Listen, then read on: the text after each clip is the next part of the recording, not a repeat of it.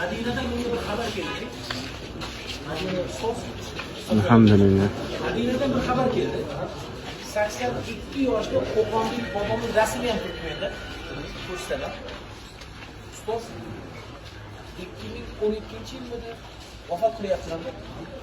Keyin bir mahali farzandlariga telefon kelyapti, Baqiyaga ko'milyapti-da kishi. Sahobalarning juvoniga yaqinida ko'milyaptilar. Telefon kelyapti, ustoz. Telefonda kelingizlar deyapti. O'zi janozalari mashhur dedilar, ko'payib ketgan ekan. Butun dunyodan janozalarga xalq kelgan ekan. Keyin borsak dedilar, o'sha masjid ahli chaqirdi, ko'ringlar deb, o'zi odatda boya hozir Imom Malikda aytdik-ku. Ma'lum bir muddat kutiladi, 3 yil ekanda u. Eng oz 3 yil. 3 yildan keyin ochilar ekan. Agar murda chirib, suyak bo'ldi, surib qo'yilib yoki nimadir, ularning o'zini o'sha qonuni, keyin yangi jasad qo'yiladi. Va 82 yoshli otaxonni ochsalar, 10 daqiqa avval ko'milgani turibdilar 3 yildan keyin. Sizlar shuni ko'rib qo'yinglar, bu odam kimligini deyapti-da. Bu xursand bo'lib duo qilib ketishyapti. Otamiz solih deb. Yana oradan ustoz 3 yil o'tyapti.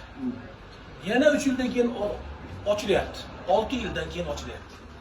Kelyapti-da, xalq endi deyapti, jamoatim bilan kelinglar, chunki qo'l qo'yasizlar deyapti. Nimaga deyilsa, 6 yildan beri chirimagan zotni endi qiyomatgacha ochilmasin deb qo'ylar ekan Imom Malik o'sha.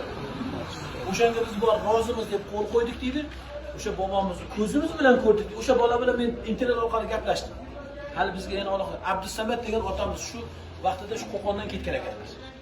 6 yildan beri vujud jasad 10 daqiqa avval ko'milgandek turibdi. Nega ekan demaysizmi? Hofizi Qur'on ekan. Alloh hammamizni hofizi Qur'on. Dastimizdan hofizi Qur'onlarni bardavom aylasin. Shu boshlaringizga izzat, viqor tojlarni kiydiradigan ahlullohlarni aynan sizni naslingizdan kelishini Alloh nasib etsin. Alloh.